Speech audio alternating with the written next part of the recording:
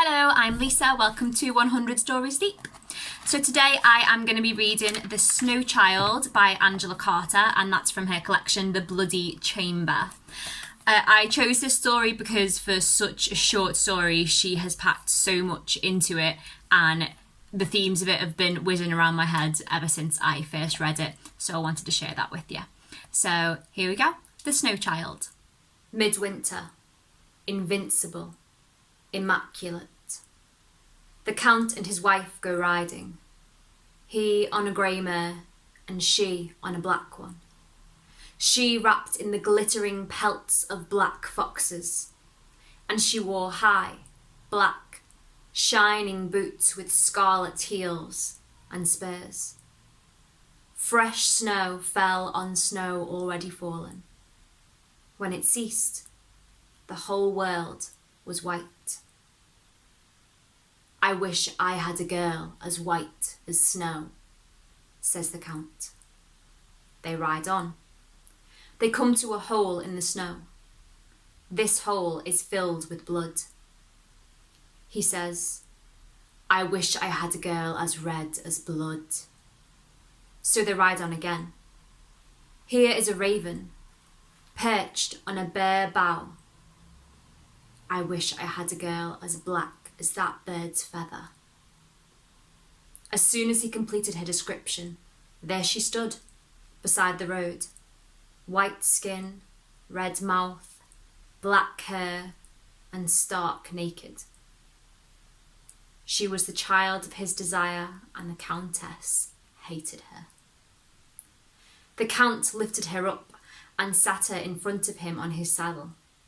But the Countess had only one thought. How shall I be rid of her?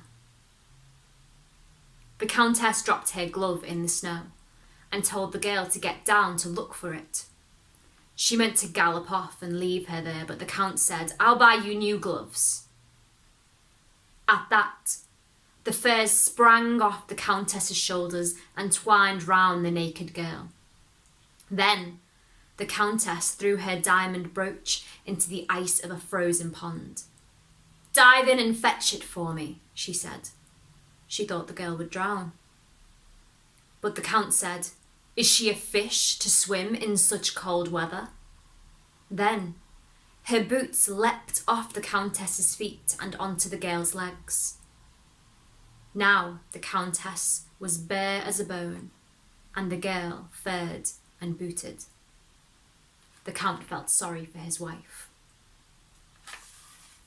They came to a bush of roses, all in flower.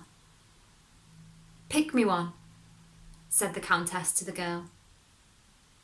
I can't deny you that, said the Count.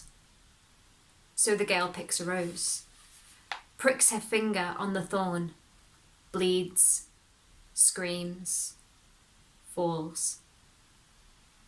Weeping, the Count got off his horse, unfastened his breeches and thrust his virile member into the dead girl.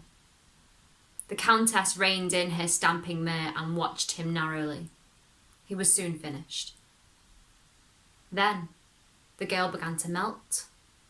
Soon there was nothing left of her but a feather a bird might have dropped, a blood stain like the trace of a fox's kill on the snow, and the rose she had pulled off the bush. Now the Countess had all her clothes on again. With her long hand she stroked her furs. The Count picked up the rose, bowed, and handed it to his wife. When she touched it, she dropped it. It bites, she said. The end. So lots of themes and questions have been whizzing around my head since reading this story, but the one I want to ask you, and you can pop any of your thoughts and comments in the comment section below. So what I'd like to ask you is why you think the Count wanted a child, and is it a child that he wanted? So that's it from me. Thank you very much for listening. Don't forget that you can listen to more stories from the 100 Stories Deep collection if you hit subscribe using the link below. Thanks, bye!